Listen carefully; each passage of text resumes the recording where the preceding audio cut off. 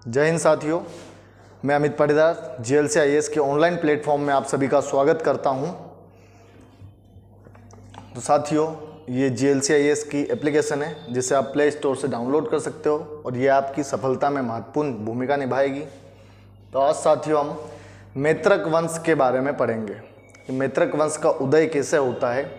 तो साथियों, इतिहास में जब भी किसी विशाल साम्राज्य या किसी विशाल राजवंश का पतन होता है या उसका विघटन होता है तो उसी साम्राज्य के क्षेत्र में या उसके आसपास वाले क्षेत्रों में छोटे छोटे राजवंश, छोटे छोटे राज्यों का उदय होता है। तो उसी में से एक मैत्रक राजवंश था।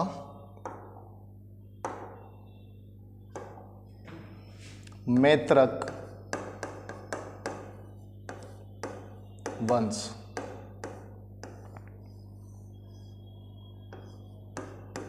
तो ये गुप्तोत्तर काल का राजवंश है। जिसे गुप्त साम्राज्य का पतन होता है तो उसी साम्राज्य में एक व्यक्ति या मैत्रक वंश का शासक, इस वंश का शासक ये बाद में हुआ, पहले गुप्त साम्राज्य में सेनापति पति के पद पर था। तो जब विशाल साम्राज्य का पतन होता है या उसकी जड़ें कमजोर होती है तो उसी साम्राज्य में कोई ना कोई प्रशासनिक, राजनीतिक या सैनिक पद पर कोई व्यक्ति आसीन होता है और वही छोटे छोटे राज्यों या छोटे छोटे वंशों का स्थापना करता है। तो उसी में से एक था भट्टार्क। यह गुप्तों के अधीन सेनापति के पद पर था और इसी ने गुप्त वंश की कमजोर होने पर अलग से अपने स्वतंत्र राजवंश की स्थापना की, जिसे मैत्रक वंश कहते हैं। अब जैसे ही गुप्त वंश कमजोर होता है तो उत्तर भारत में बहुत जगह, जैसे यहाँ थानेश्वर वर्धन वंश था, बंगाल में गौड़ साम्राज्य था, कन्नौज पर मोखरी राजवंश था। इसी प्रकार गुजरात या उसके आसपास के क्षेत्र में मैत्रक वंश का उदय होता है। इसका उदय कौन करता है या इसका संस्थापक कौन है?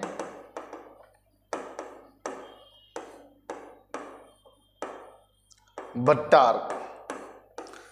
और ये गुजरात की इनकी राजधानी होती है वल्लभी। तो मैत्रक वंश की राजधानी वल्लभी, जो है सौराष्ट्र के आसपास का क्षेत्र था।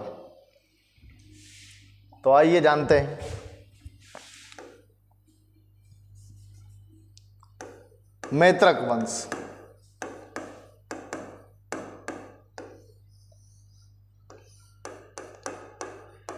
प्रथम शासक या संस्थापक कौन था? भट्टार्क।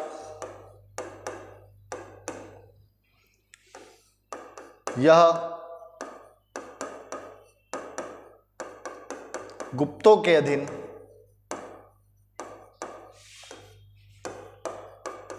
सेनापति के पद पर आसीन था।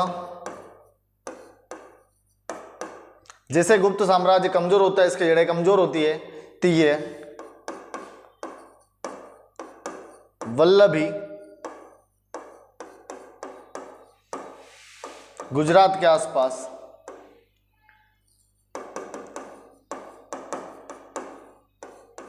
मैत्रक वंश की नींव रखता है। इसने एक उपाधि धारण की थी क्योंकि ये सेनापति के पद पे था गुप्तों के साथ, तो इसने उपाधि भी इसी नाम से धारण की, सेनापति। तो ये मैत्रक वंश का संस्थापक था जिसका नाम भट्टार्क था।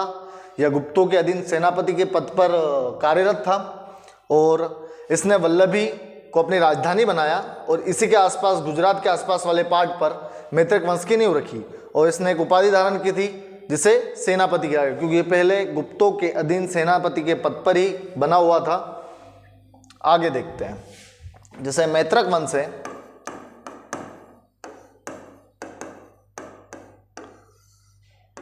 इसके प्रारंभ के दो शासक थे।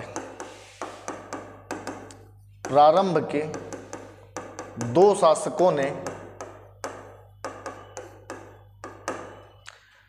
उपाधि धारण की थी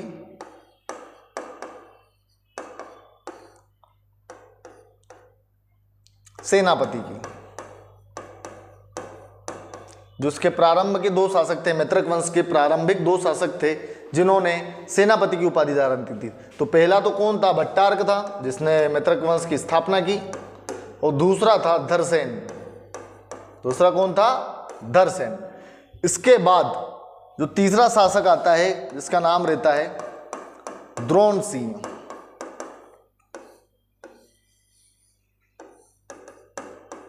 यह मैत्रक वंश का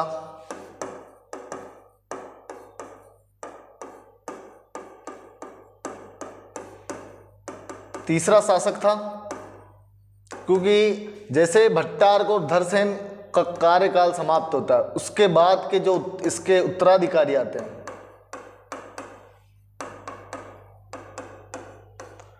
वह महाराज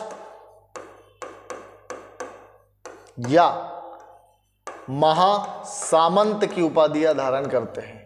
काय की उपाधियां धारण करते हैं? महाराज या महासामंत। क्योंकि जब मैत्रक वंश की स्थापना हुई थी, भट्टार्क था, यह गुप्त साम्राज्य के अधीन था। वो गुप्तों के जो गुप्त वंश के जो शासक थे उनके अधीन कार्यरत था, और धरसेन भी, क्योंकि उपाधि सेनापति की धारण की थी। और यहाँ महाराज या महासामंत की उपाधियां धारण की थी। इससे भी यही पता चलता है कि ये शासक भी, इसके इनके बाद के जो शासक थे वो भी गुप्तों के अधीन थे या उनकी अधीनता स्वीकार करते थे। तो जो मैत्रक वंश था उसका जो तीसरा शासक था कौन था? द्रोण सिंह। इसके बारे में इतिहासकार मानते हैं कि इसका जो सार्वभौम शासक था, एक जिसका हाथ इसके ऊपर था, सार्वभौम शासक जिसके अधीन था ये, उसका नाम था बुद्धगुप्त। बुद्धगुप्त। और इस बुद्धगुप्त ने द्रोण सिंह को महाराज के पद पर बैठाया था। जो मैत्रक वंश का तीसरा शासक था द्रोण सिंह, इसका सार्वभौम शासक कौन था जिसके अधीन द्रोण सिंह काम करता था? बुद्धगुप्त। और इस बुद्धगुप्त ने ही द्रोण सिंह को महाराज के पद पर प्रतिष्ठित किया था। अब इसके बाद इसका भाई ध्रुवसेन प्रथम आता है। ध्रुवसेन प्रथम किसके बाद? द्रोण सिंह के बाद। तो द्रोण सिंह के बाद इसका भाई था यह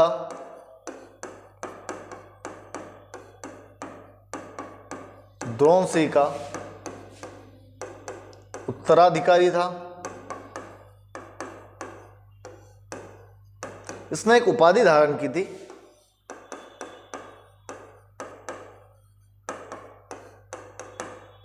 परम भट्टारक पादानुध्यात। परम भट्टारक पादानुध्यात। अब इस शब्द से या इस उपाधि से यह ज्ञात होता है कि जो ध्रुवसेन फर्स्ट था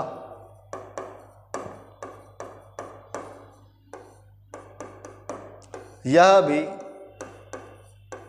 गुप्तों की अधीनता स्वीकार करता था, क्योंकि पादानुध्यात मतलब किसी न किसी के पदों पर या चरण कमलों पर चलना। तो इस उपाधि से यह ज्ञात होता है कि जो ध्रुवसेन फर्स्ट था वो भी गुप्त साम्राज्य के अधीन था। तो अभी तक मैत्रक वंश जो है, मैत्रक वंश गुप्त शासकों के अधीन काम कर रहा था। अब इसके बाद ध्रुवसेन फर्स्ट के बाद लगभग छठी शताब्दी के मध्य में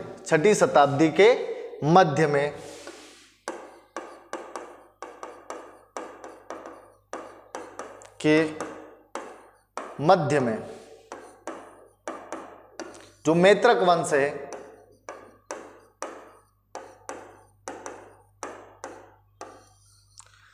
यह गुप्तों की अधीनता से अलग हो जाता है।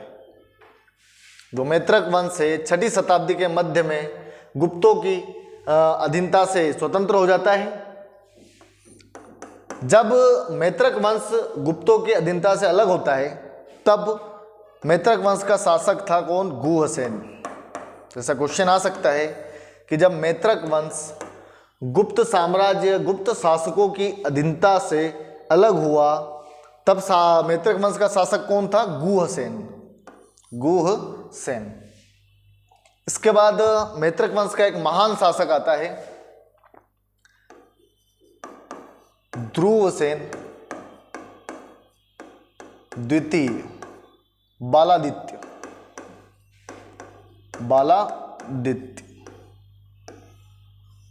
यह मैत्रक वंश का महान और शक्तिशाली शासक था। इसे ध्रुव भट्ट भी कहते हैं। अगर ध्रुव भट्ट भी नाम आ जाए तो वो ध्रुवसेन द्वितीय बालादित्य ही है, ध्रुव भट्ट।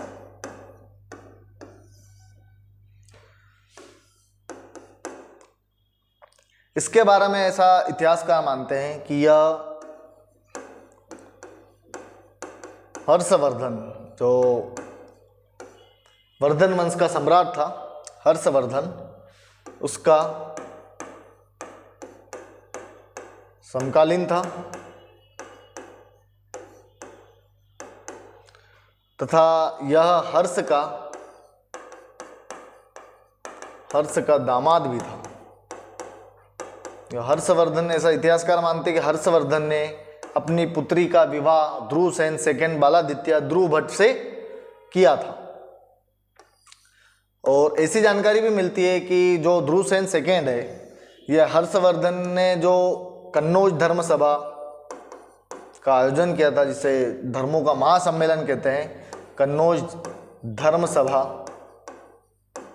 प्रयाग सम्मेलन किया था, जहां ये अपना सर्वस्व दान करके आता था प्रत्येक पांचवें वर्ष में। प्रयाग सम्मेलन, इन दोनों में भी हिस्सा लिया था किसने? ध्रुवसेन द्वितीय ने। इसके बारे में इतनी जानकारी मिलती है। इसके बाद आता है ध्रुवसेन चतुर्थ।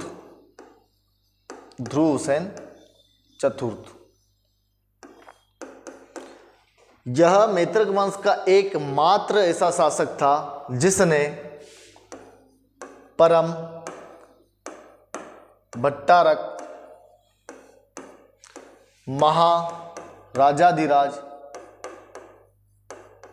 महाराजाधिराज परमेश्वर चक्रवर्ती आदि उपाधियां धारण की थी। ये चारों उपाधियां, परम भट्टारक, महाराजाधिराज, परमेश्वर, चक्रवर्ती, ये सब उपाधियां किसने धारण की थी? ध्रुवसेन चतुर्थ ने। अब जो मैत्रक वंश है उसका मैत्रक वंश का अंतिम शासक, जिसका नाम था शीलादित्य सप्तम। कौन था मैत्रक वंश का अंतिम शासक? शीलादित्य सप्तम। और संस्थापक कौन था? भट्टारक जो गुप्तों का सेनापति था। और राजधानी क्या थी इसकी? वल्लभी, गुजरात। जो मैत्रक वंश था वो, या मैत्रक वंश के जो शासक थे वो बौद्ध धर्म के अनुयायी थे। जो मैत्रक वंश के शासक थे इस वाले पार्ट पे शासन कर रहे थे, मैत्रक वंश। इसी के साथ साथ यहाँ जो था अपना वर्धन वंश था, थानेश्वर वाले पार्ट में, कन्नौज में मोखरी वंश। तो यहीं बिहार वाले पार्ट में एक विश्वविद्यालय था, नालंदा विश्वविद्यालय, जो विश्व प्रसिद्ध था।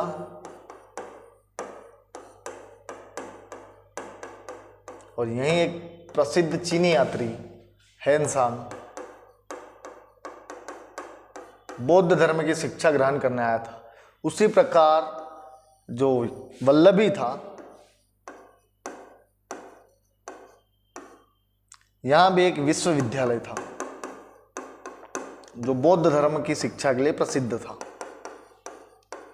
बौद्ध धर्म की शिक्षा के लिए प्रसिद्ध। तो इसकी तुलना नालंदा विश्वविद्यालय से करते हैं। ऐसा बोला जाता है कि पूर्व में जो नालंदा विश्वविद्यालय की ख्याति थी, वही पश्चिम में वल्लभी विश्वविद्यालय की ख्याति थी, क्योंकि जो मैत्रक वंश था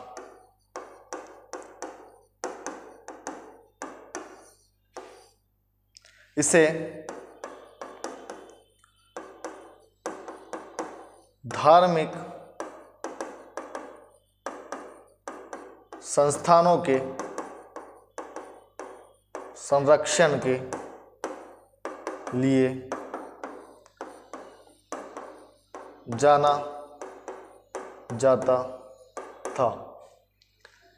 एक चीनी यात्री आया था बाद में, चीनी यात्री, उसका नाम था इत्सिंग। भारत में आने वाला पहला विदेशी यात्री कौन था? मेगास्थनीज।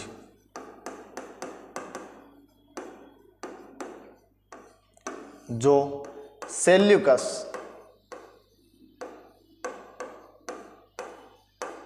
निकेटर का राजदूत था।